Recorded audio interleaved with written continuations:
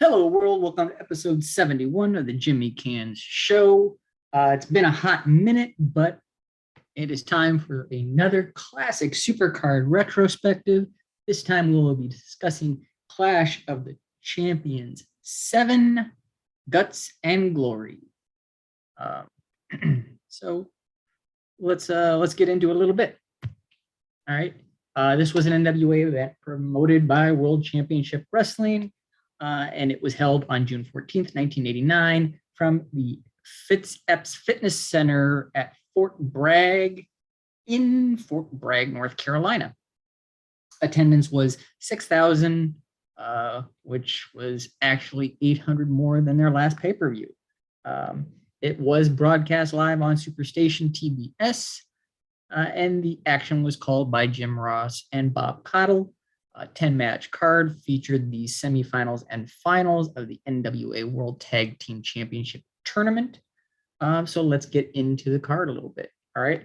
The opening contest was one of those semifinal matches. It pitted the Dynamic Dudes, Shane Douglas and Johnny Ace, taking on the Fabulous Freebirds, consisting of Michael P.S. Hayes and Jimmy Jam Garvin, who had Terry Bam Bam Gordy in their corner.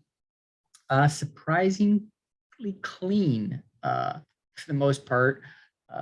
There was no interference in this one. Imagine that, a Freebirds match with no interference. The Freebirds did get the win when Hayes, who was the illegal man, hit the DDT on Douglas behind the official's back, allowing Garvin to cover Douglas for the 3 count in around 7 minutes. So no interference, but yet still cheating by the Freebirds. So all is kind of right with the world. Freebirds are still cheating. We saw Ranger Ross taking on the Terrorist. I still don't understand why we have squash matches on supercards like this, but hey, no surprise here. Ross was super over with this taking place in Fort Bragg, and Ross dominates this matchup, winning with his combat kick in about a minute and a half. I mean, this was like a 90-second match. So kind of a pointless thing to put on. We are in the Jim Herd era of WCW. So you all know that means we get some unusual things, one of which was the Ding Dongs. Yes, the Ding Dongs, taking on the team of George South and Courage J. Again, we get another enhancement match. Just doesn't make a lot of sense to me. The fans turned on this one pretty quick. They're booing the Ding Dongs from the start.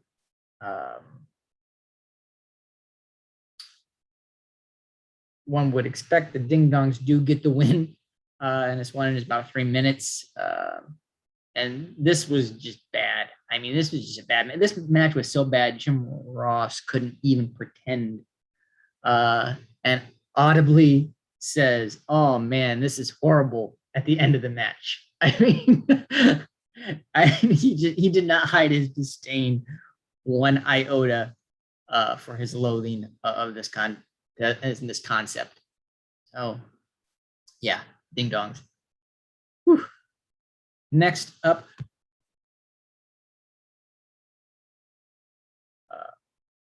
was the second semifinal matchup in the Tag Team Championship Tournament. It saw the Midnight Express, Beautiful Bobby Eaton, Sweet Stan Lane, taking on, with Jim Cornette taking on the Samoan SWAT team, Samoan Fatu with Paulie Dangerously. Side note, rest in peace, Bobby Eaton. Gone way too soon. Very sad, but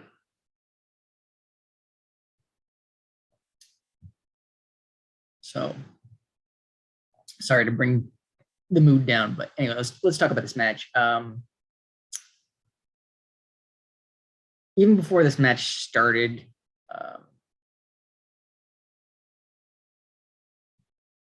you know, this was just a holy 80s moment. I mean, the mullets on the midnight and dangerously would make Billy Ray Cyrus jealous. Those Kentucky waterfalls were flowing, man. Not to mention that, dangerously with the Zach Morris size cell phone, and his Miami Vice Sonny Crockett inspired attire. It was just the 80s on steroids. Anyway, in all honesty, though, that Zach Morris cell phone wasn't even really an 80s cell phone. It was just an old-fashioned 80s style cordless phone handset that he would carry around. But it was still humorous nonetheless. But anyway, I love it. This was a fantastic tag team contest, though. I mean, all Midnight Express and the Small SWAT team. I mean, you talk about four guys that could just put on a tag team clinic, and they were doing so. It's unfortunate, like the way this one kind of ended, in my opinion. The Road Warriors took out the SST, allowing the Express to get the win and advance when the official was distracted. Wish it would have been more of a clean finish for the sake of the Midnight, but hey, was what it was. So now the finals are set for the World Tag Team Championships. Fabulous Freebirds versus Midnight Express, which we will see later in the evening. Next up on the card was the Battle of the Bulls, or the Battles of the Bam Bams. The Battle of the Bulls, we see what, oddly enough, will be a future tag team partnership. As these two individuals clash when Terry Bam Bam Gordy took on Dr. Death Steve Williams. This was, just two big men hitting hard. This was, as Jim Ross would later coin in his commentating career, this one was a slobber knocker. Tackles, clotheslines, and big rights and lefts. There were no spinning toe holds or arm drags really in this one. I mean, this was just big, hard bosses hitting each other. Honestly, I think they were counting on this feud going on for a while. The contest ended in a double countout. Doesn't pan out that way as Williams ends up leaving WCW and heads over to Japan. Shortly followed by Gordy a little bit later, where they formed the Miracle Violence connection. But anyway, I think they had bigger plans for this, but it doesn't come to fruition. Next up was another enhancement match. The debuting Norman the Lunatic taking on Mike Justice. Talk about a gimmick that wouldn't fly today. Norman the Lunatic.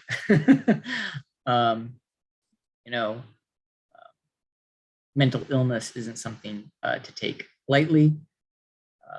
But, this was a different time. So let's try not to focus on that. Obviously, Justice's enhancement talent.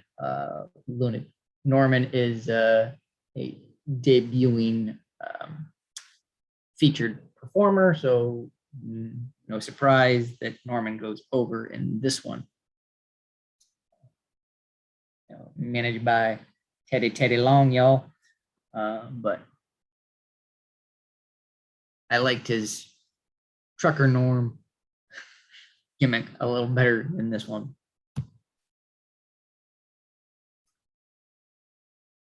We get another tag contest next. The Steiner brothers taking on the Varsity Club, represented by Captain Mike Rotunda and Games Master Kevin Sullivan. Steiners were accompanied by Missy Hyatt. Young Scott Steiner was something to behold. Here, he wasn't totally juiced to the gills just yet, and could really do some amazing work. This is a great tag match. Probably, four of the better workers in the company at the time here in the ring, not to mention a phenomenal ring mind in Sullivan in terms of just storytelling, setting things up. Sullivan, one of the best.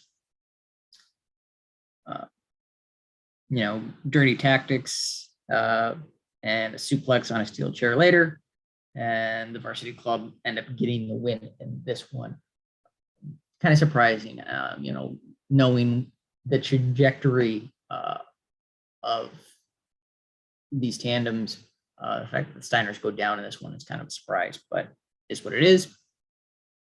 Next up, NWA World Television Championship match up. Champion the Stinger taking on Wild Bill Irwin. This was a fairly 50-50 contest. Irwin goes for the bullwhip. This allows Sting to hit a Stinger splash from behind on Irwin and roll him up to retain the title. So it was kind of a quick finish. It was kind of back and forth. And the heel goes to try and do a heel tactic. Babyface capitalizes, gets a roll up kind of win. Not the strongest win for Sting, but a win nonetheless.